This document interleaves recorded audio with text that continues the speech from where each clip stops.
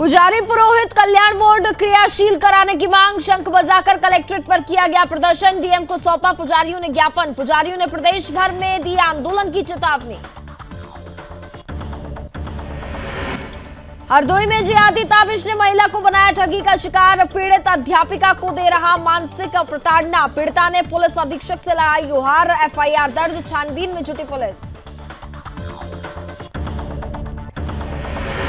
महोबा में पूर्व मंत्री के भाई के घर में चोरी की वारदात। 98 लाख की नकदी, 75 लाख के जेवरात चोरी। पुलिस विभाग में मचा हड़कंप। अनावरण को लेकर के एसपी ने दिया 4 टीमों का गठन।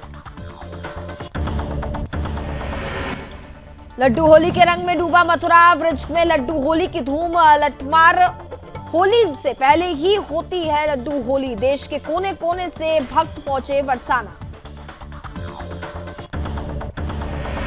और भारत तो हो हिंदू राष्ट्र घोषित। बागेश्वर धाम में फिर बुलंद की आवाज। प्रेस कॉन्फ्रेंस के दौरान कई बात। पंडित धीरेन्द्र कृष्ण शास्त्री ने कहा, देश में सांप्रदायिक झगड़े बंद हो।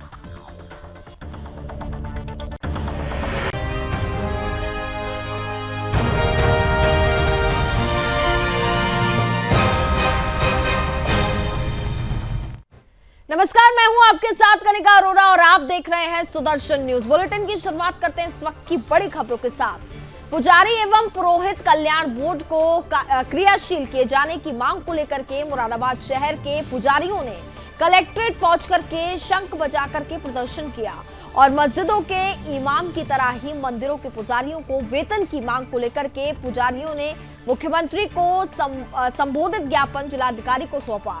राष्ट्रीय पुजारी परिषद के संस्थापक श्याम कुमार रस्तोगी की अगुवाई में शहर की विभिन्न मंदिरों के पुजारी हाथ में शंख, नारे, लिखी तख्ती और बैनर के साथ कलेक्ट्रेट गेट पर एकत्रित हुए।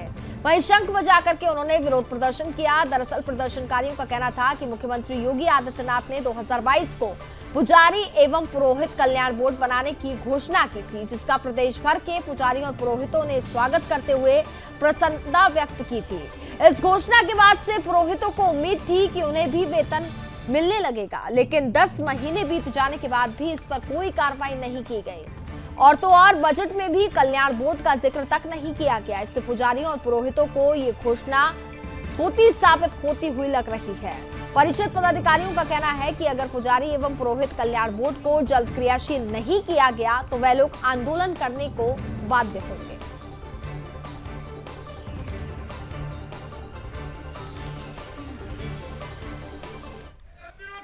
आज अभी यहाँ पर राष्ट्रीय पुजारी परिषद के शर्मा जब मुरादाबाद आए थे मुख्यमंत्री, उनको भी ज्ञापन दिया था कि उत्तर प्रदेश के जितने भी पुजारी हैं जो मंदिरों में पूजा अर्चना करते हैं, उनको सरकार वेतन दे। वेतन किस आधार पर दे? उस आधार पर दे कि देश के सभी मस्जिदों में इमामों को 3 श्रेणियों में तनख्वाहें दी जाती है। और वो किसके टैक्स से दी जाती है? टैक्स उनका तो है नहीं। टैक्स तो केवल और केवल हिंदू समाज दे रहा है। जहाँ जिलाधिकारी कार्यालय पर आज पुजारी परिषद बोर्ड के कार्यकर्ताओं ने और पदाधिकारियों ने यहाँ मुख्यमंत्री को संबोधित ज्ञापन माननीय जिलाधिकारी को महोदय को सौंपा है, जिसमें उन्होंने साफ मांग रखी है जिस तरह मस्जिदों के इमामों को पैसा दिया जाता है, तनख्वाह दी जाती है, उसी तरह या मंदिरों के पुजारियों को भी पैसा दिया जाना चाहिए और तनख्वाह दिया जाना चाहिए। जैसा कि उनके द्वारा कहा गया है, माननीय मुख्यमंत्री जी ने पहले कहा था कि पुजारी पुरोहित कल्याण बोर्ड बनेगा जिसके माध्यम से पुजारियों को और मंदिरों के मेहनतों को पैसा दिया जाएगा। लेकिन बजट आने के बाद भी पुजारियों में ये रोष है कि आखिर इस बजट में भी वो पीछे रह गए, ऐसा क्यों हुआ? इसी पर को लेकर आज पुजारी परिषद बोर्ड ने यहाँ मुरादाबाद कलेक्ट्रेट में आकर जिलाधिकारी महोदय को ज्ञापन सौंपा है और अगर उनकी मांगें नहीं मानी जाती है तो एक उग्र आंदोलन के लिए उन्होंने प्रशासन और शासन को चेतावनी दी है। सुमित टंडन, सुदर्शन न्यूज, मुरादाबाद। अगली खबर उत्तर प्रदेश के हरदोई से है, जहां लखनऊ के रहने वाले एक ताबिश बाबू नाम के जिहादी ने मां के रिश्ते को कलंकित किया है। ताबिश नाम के इस कट्टर जिहादी ने हिंदू शिक्षिका से ठगी करने के बाद सोशल मीडिया पर अभद्र भाषा का प्रयोग कर अश्लील पोस्ट कर डाला और महिला को अपमानित करने का काम किया। दरअसल हरदोई की रहने वाली एक हिंदू शिक्षिका ने सनशाइन सिटी में प्लॉट व अन्य योजनाओं में पैसों का निवेश किया था। इस दौरान वह कंपनी लोगों का पैसा हड़प कर फरार हो गई। तभी लखनऊ निवासी ताबिश ने पीड़ित महिला शिक्षिका से संपर्क किया और ताबिश बाबू ने बताया कि वह भी कंपनी में एजेंट था। वह हाईकोर्ट में एक याचिका दाखिल करेगा जिसके लिए उसे पैसे की आवश्यकता है। तब हरदोई की भोली भाली शिक्षिका ने उसको 25,000 रुपए दे दिए थे। वहीं ताबिश ने जब हाईकोर्ट में कोई कार्रवाई नहीं की तो शिक्षिका ने स्वयं जाकर के इलाहाबाद हाईकोर्ट में याचिका दाखिल की, जिसके बाद बौखलाए जिहादी ताबिश ने एक व्हाट्सएप ग्रुप बनाया और शिक्षिका के लिए अतरंग संबंध बनाने के शब्द लिखने हुए व्हाट्सएप पर चैटिंग शुरू कर दी। फिलहाल पुलिस ने महिला की तहरीर पर मुकदमा दर्ज कर दिया है और आगे की कार्रवाई की जा रही है। की एक टीचर महिला को लखनऊ निवासी ताबिश बाबू ने ठगी का शिकार बनाया हुआ है। आपको बता दें कि रिट के नाम पर उनसे ठगी की गई है। क्या कुछ पूरा मामला है, आइए हम बात करते हैं उन्हीं पीड़ित महिला से कि किस तरीके से उनको ठगी का शिकार ताबिश बाबू के द्वारा बनाया गया। क्या नाम है मैम आपका? मेरा नाम सची बाला है और मैं हरदोई की रहने वाली हूँ।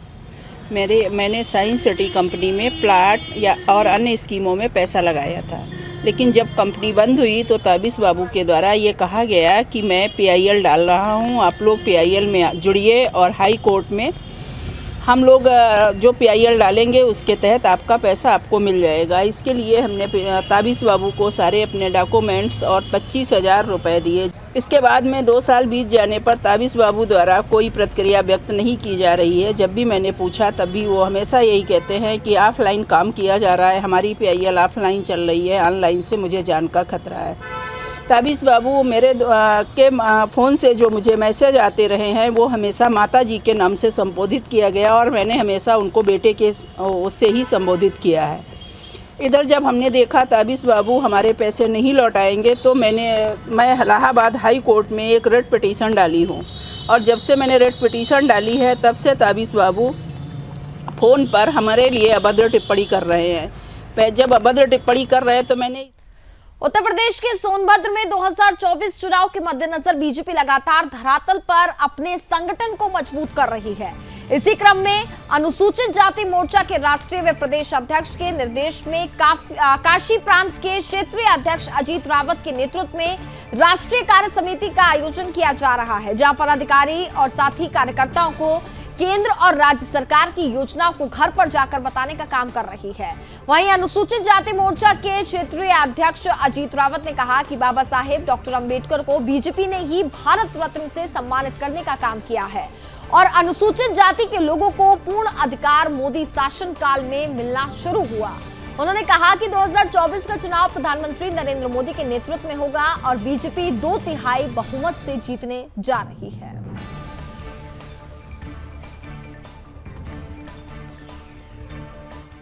मोर्चा का जो कार्यक्रम चल रहा है वो क्या है और कब तक चलेगा?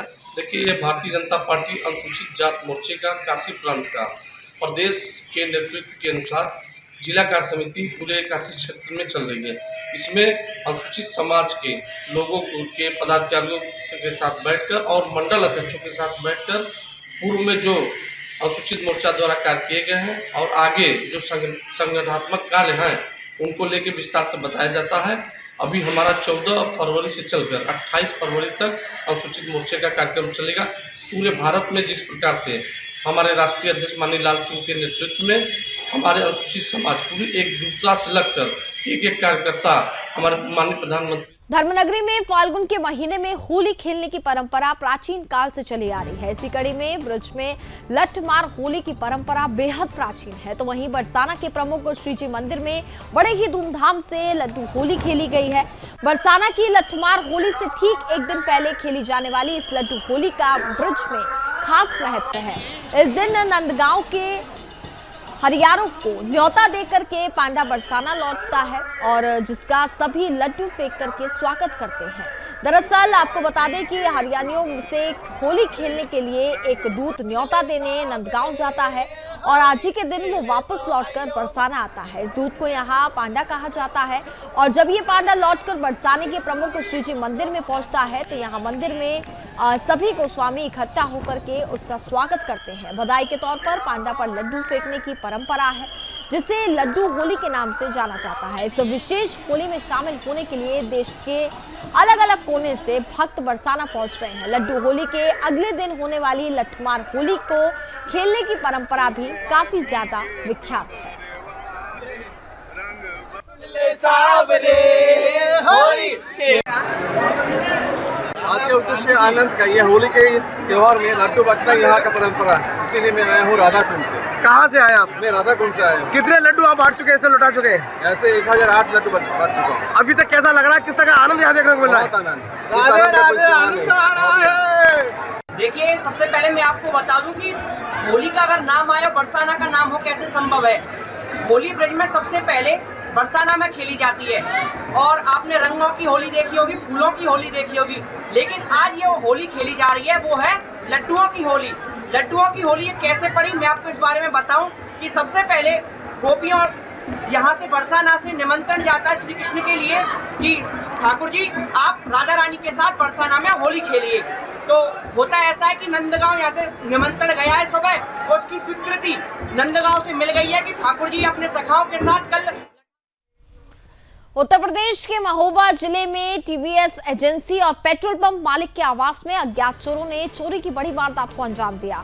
घर में रखी तकरीबन 98 लाख रुपए की नकदी सहित 75 लाख कीमत के सोने चांदी के जेवरात लेकर के अज्ञात चोर फरार हो गए। शहर के बड़े व्यापारी के घर पर हुई बड़ी चोरी की वारदात की सूचना मिलते ही पुलिस महकमे में हड़कंप मच गया। एसपी, एएसपी सहित थाना पुलिस और सर्विलांस की टीम मौके पर पहुंचे। दरअसल चौकीदार सोता रहा और चोरों ने वारदात को अंजाम दे डाला। मौके पर पहुंची पुलिस टीम द्वारा घटनास्थल का जायजा लेने के साथ साथ सीसीटीवी फुटेज खंगाल रही है।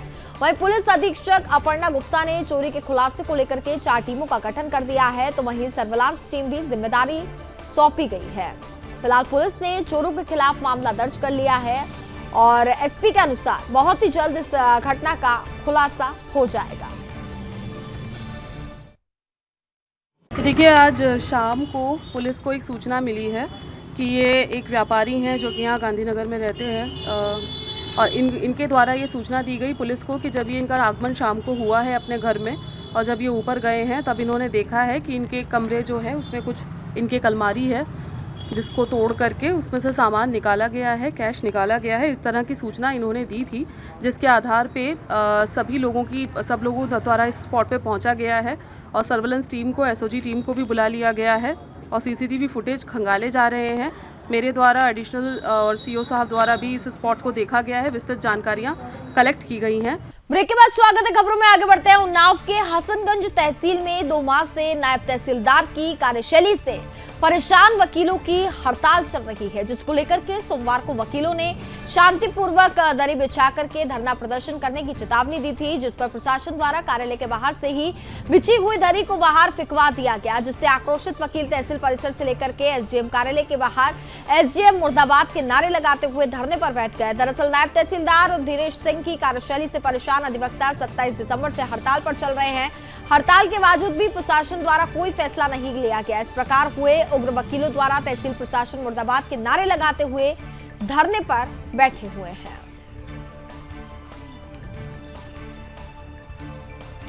गैर जमानती वारंटी भूमाफियाओं को मुरादाबाद पुलिस द्वारा मिल रहे संरक्षण को देखते हुए पीड़ितों ने मुख्यमंत्री को संबोधित ज्ञापन जिलाधिकारी को सौंपा है और कानपुर एवं प्रयागराज की घटना का उदाहरण देते हुए हिंदू समाज पार्टी के अध्यक्ष ने 10 दिन के अंदर आरोपियों के गिरफ्तार न होने पर प्रशासन को बड़े आंदोलन की चुनौती भी दी है। पीड़ित ने बताया कि मुरादाबाद पुलिस ने 3 वर्षों से खुलेआम घूम रहे गैर जमानती भूमाफिया ओम प्रकाश, वैभव, फहीम अहमद और उसके साथ दर्जन से अधिक सहयोगियों को न सिर्फ संरक्षण दे रही है बल्कि अपने साथ बिठा करके चाय पानी और नाश्ता भी करा रही है। और माफियाओं से भयभीत मुकुल अग्रवाल ने भी अपना एक वीडियो जारी कर हत्या की आशंका जताई है। मेरी माताजी द्वारा एक एफआईआर 2015 में कुछ भूमाफिया लोगों के खिलाफ कराई गई थी, जिसमें 2019 में उन लोगों के गैर जमानती वारंट जारी हो चुके हैं, ठीक है, जिनमें मुख्य रूप से हैं ओम प्रकाश, वैभव एंड फहीम अहमद एंड 10 अन्य, ठीक है। उन लोगों के 1 साल से 82 चल रही है। पुलिस, मुरादाबाद पुलिस उनको संरक्षण दे रही है और उनको गिरफ्तारी के लिए कोई कार्रवाई नहीं कर रही। और इसी के साथ फिलहाल इस बुलेटिन में बस इतना ही। आप देखते रहिए सुदर्शन न्यूज। जय हिंद।